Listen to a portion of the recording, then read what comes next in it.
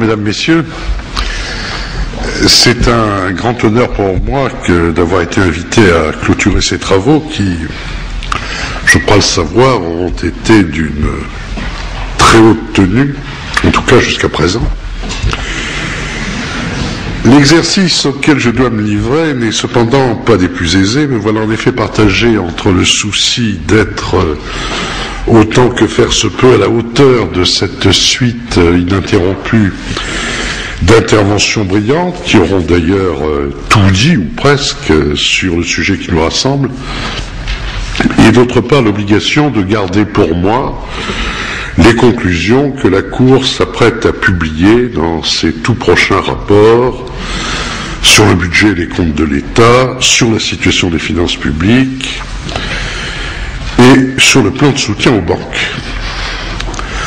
Je pourrais du moins me prévaloir de ce que la Cour a déjà dit, car la crise ne fait malheureusement que conforter le message qui est le sien depuis plusieurs années maintenant. J'ai d'ailleurs constaté avec intérêt que le CDE avait fait écho à nos préoccupations, tout en reconnaissant malgré tout, comme nous d'ailleurs, la légitimité des dépenses nouvelles directement dédiées à la réponse à la crise. Il reste, et je crois que cela a été illustré, que cette crise, nous y sommes entrés comme un marathonien lesté d'un sac de pierres. Je le rappelle, notre taux d'endettement s'élevait fin 2008 à 68%.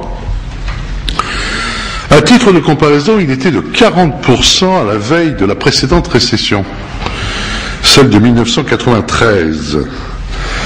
Récession qui fut courte, moins d'un an, limitée, puisque le recul du PIB ne fut en effet que légèrement supérieur à 1 point. Rien à voir donc avec les prévisions actuelles dont on a fait état, et pour mémoire, donc l'INSEE prévoit une récession de 3%, l'OCDE prévoit une récession de 3,3% en 2009. Or, à l'époque, 1993, et les mois suivants, le taux d'endettement avait bondi de 20 points. Je vous laisse imaginer, sinon calculer, ce qui, dans le meilleur des cas, pourrait bien nous attendre. Or, notre dette a déjà un coût prohibitif. Elle représente déjà, l'a-t-on assez dit, quelques 52 000 euros par Français actif. Les charges d'intérêt représentent à l'heure actuelle la quasi-totalité du montant de la recette de l'impôt sur le revenu. En d'autres termes, si je me laisse aller à cette confidence, ce soir, si vous deviez remplir votre déclaration, n'essayez pas de vous consoler en pensant que ça va être utile pour embaucher des infirmières, des policiers, des gardiens de prison, ou pour construire des routes. Non, il faudra d'abord rembourser. Le plus grave est que le taux d'intérêt de la dette étant supérieur au taux de croissance du PIB, le taux d'endettement poursuit spontanément sa croissance qui pourrait bien devenir exponentielle. C'est, on en a parlé, le fameux effet boule de neige. La dégradation des finances publiques en temps de crise est sans doute inévitable. Les finances publiques ayant, comme l'on dit, on vient de rappeler encore à l'instant, un rôle contracyclique à jouer. Il eût d'ailleurs été probablement ridicule de vouloir agir à l'encontre de cette vérité première. Et les exposés de vos invités étrangers nous ont d'ailleurs montré que la très grande majorité des pays ont mis en place des plans de soutien aux banques et des plans de relance. Mais comme dans presque tout, il y a une spécificité française. Et dans le cas français, dans le cas d'espèce, elle est de ne pas avoir su, en amont, profiter des périodes de croissance pour assurer puis rétablir l'équilibre. Ainsi, la situation dégradée des finances publiques françaises à la fin de 2008 ne résulte-t-elle que marginalement du ralentissement de l'activité.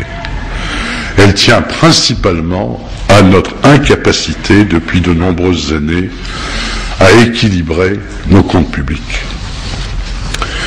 Et c'est là que le concept de déficit structurel que M. Barilari évoquait à l'instant, en d'autres termes le déficit qui ne prend pas en compte l'impact de la conjoncture, peut s'avérer utile.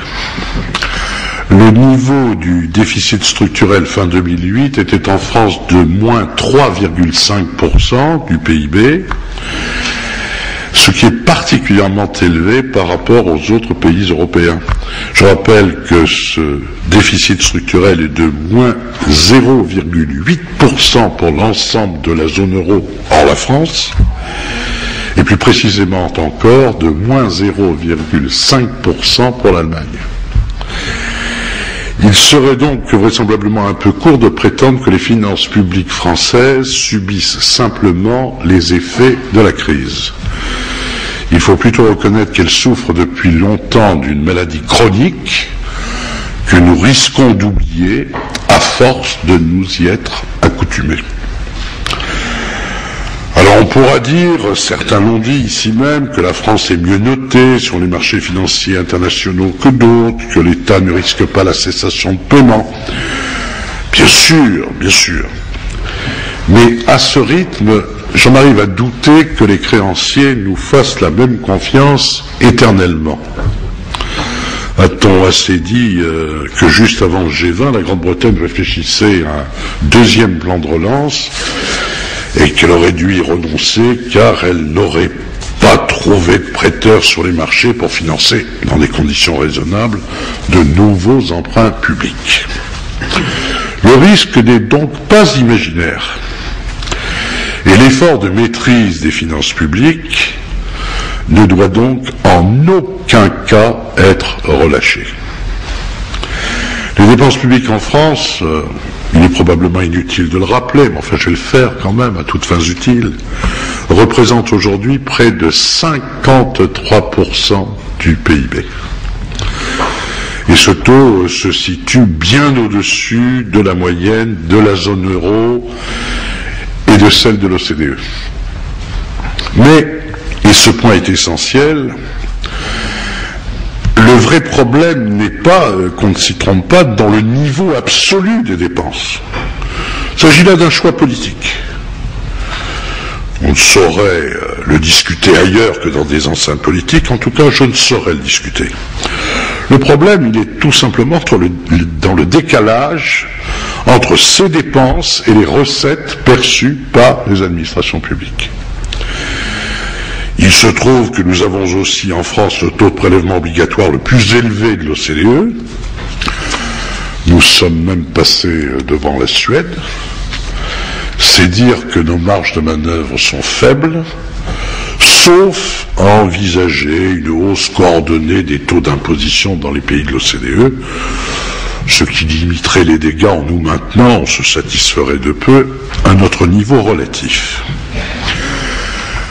On l'aura compris, si l'on veut réellement sortir de l'ornière, la France doit, et au plus vite, s'astreindre au respect d'un certain nombre de principes.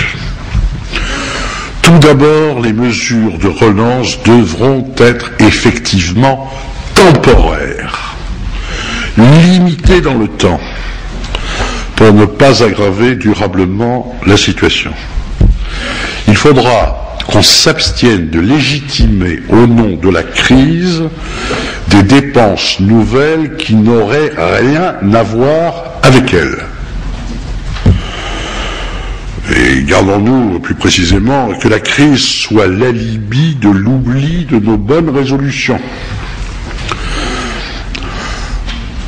Je serais tenté de dire, en d'autres termes, qu'il faudra nous persuader que ce n'est pas parce que les caisses sont vides qu'il faut forcément les considérer comme inépuisables. Je précise, je ris à peine, je précise au passage qu'une récente étude du FMI fait apparaître que les plans de relance sont d'autant moins efficaces que la dette est importante. Et il n'est pas inutile de garder cet élément en mémoire. Il faut deuxièmement, M. Larry faisait allusion, sécuriser les recettes. Ce qui veut dire qu'il faut en finir avec le développement des niches fiscales, sociales, qui grèvent les revenus de l'État, de la sécurité sociale et des collectivités territoriales. Il faut rester extrêmement vigilant sur ce point et continuer à faire la chasse aux niches, en tout cas à celles des niches dont l'utilité n'aurait pas été démontrée. On n'a pas jugé bon d'évaluer les effets des multiples exonérations extrêmement coûteuses qui ont cours actuellement. Ayons demain, à défaut des évaluations à venir, le courage de renverser la charge de la preuve. Il faut enfin entamer un véritable effort de maîtrise des dépenses. Et cela passe notamment par des changements dans les comportements. Il faut examiner au niveau le plus fin chaque dépense pour dire son utilité et son efficacité.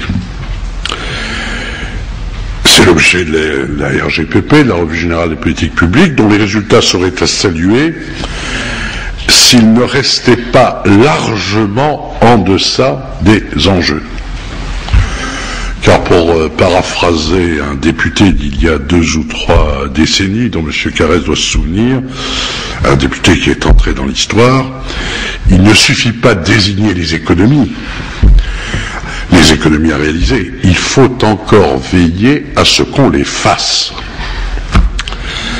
Bref, il faut dire plus systématiquement et sans se décourager si l'argent public est bien dépensé. Alors c'est précisément ce que veut faire la Cour dans ses publications, et vous verrez que les préconisations que nous formulons au fil de nos différents rapports ne manquent pas. Elles portent notamment sur la nécessité de maîtriser les dépenses de fonctionnement, mais également celles d'intervention, c'est-à-dire les dépenses de prestations, d'aides, de subventions, de transferts divers aux ménages, aux entreprises, aux collectivités, celles du moins qui ne sont pas directement rattachables à l'effort de relance. Alors je ne suis ni aveugle ni sourd, je sais bien que les médecins se mobilisent, que les enseignants, chercheurs tournent en rond, que les élèves ou les gardiens de prison se mobilisent aussi. Pour, nous disent-ils, que l'on ne sacrifie pas la santé, l'enseignement, la politique pénitentiaire, j'en passe, sur l'autel d'une vision comptable des choses. Ce n'est pas, je crois le comprendre, le but recherché. Pour nous, en tout cas, l'objectif n'est pas de rationner, de réduire, de diminuer le service public, il est de le rationaliser. L'objectif est que les bonnes dépenses chassent les mauvaises. Et il y a en la matière, pour user d'une de ces litotes chères à la Cour, de nombreuses marges de progrès. Il faut que chacun se mette dans la tête une fois pour toutes que l'argent public n'est pas l'argent de personne, c'est l'argent de tout le monde. Ce qui n'est pas du tout la même chose. L'argent public est quelque chose de sacré, il faut enfin en tirer les conséquences. La crise ne doit donc pas conduire à suspendre la réflexion sur la nécessaire modernisation de l'État. Au contraire, il faudrait qu'elle en soit l'aiguillon. Plus précisément, l'effort engagé avec la LOLF doit être poursuivi. Il doit même être amplifié. Et il faut se décider à aller au bout de sa logique pour en tirer tout le parti possible. Faute de quoi, nous serions comme ce Polonais du temps du bolchevisme triomphant, nous serions des pratiquants, mais pas des croyants. Vous connaissez de même ce mot de Malraux, on ne va pas au bord du Rubicon pour y pêcher à la ligne. En d'autres termes, on n'a pas révolutionner les règles budgétaires et comptables pour reconduire les mêmes logiques de gestion qu'avant. C'est pourtant ce qui se passe dans nombre de services où la gestion budgétaire en mode LOLF reste largement du domaine de la théorie. Les responsables de programme n'ont le plus souvent pas trouvé leur place. Leur responsabilité elle-même reste incertaine. Les indicateurs de performance ne sont qu'exceptionnellement pris en compte et il est peu de dire qu'ils n'ont pas trouvé de place réelle dans le débat public. L'analyse des coûts, le contrôle de gestion restent balbutiants. Certains en arrivent à se demander à quoi sert la certification. Je veux dire à quoi sert la réforme comptable, vu le peu de conséquences qu'on en tire dans la gestion. Tout ce que je vous dis là n'est pas nouveau. Voilà maintenant plusieurs années que la Cour elle-même alerte les pouvoirs publics sur ces difficultés. Il me semble que cette année, notre message se devra d'être encore plus fort pour que la LOLF puisse enfin prendre toute sa portée. Faute de quoi, mieux vaudrait arrêter les frais tout de suite et cesser de perdre son temps pour rien. Et nous ne devrons pas oublier, bien sûr, le volet social et le volet local des finances publiques. Les responsabilités en matière de dépenses publiques sont en effet très partagées. La question de la fiscalité locale, celle de l'efficience de la gestion des collectivités territoriales est notamment cruciale. Et vous n'êtes pas sans savoir, j'imagine, que nous travaillons nous-mêmes actuellement à une refonte complète de notre organisation, de l'organisation des juridictions financières, pour en particulier mieux appréhender cette dimension désormais essentielle des finances publiques que sont les finances locales.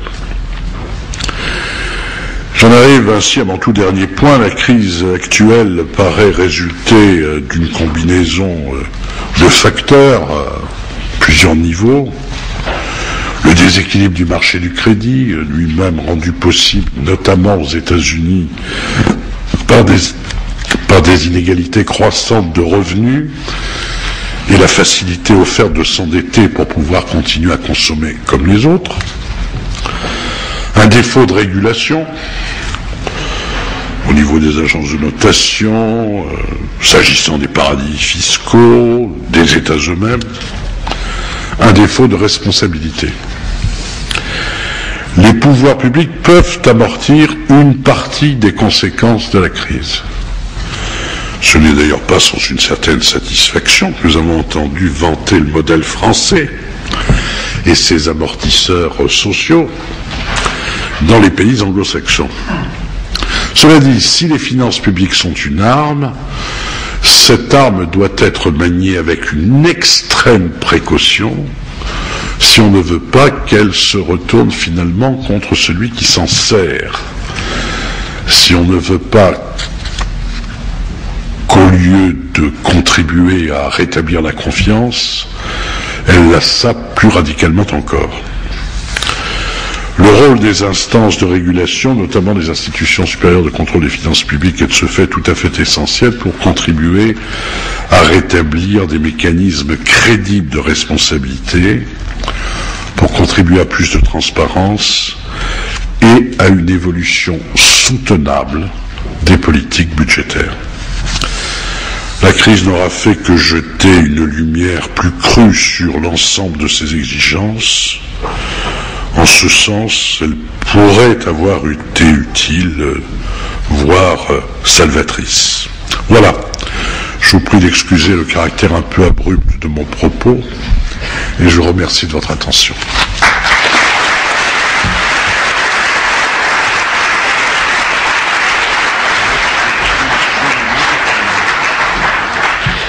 Bien, écoutez,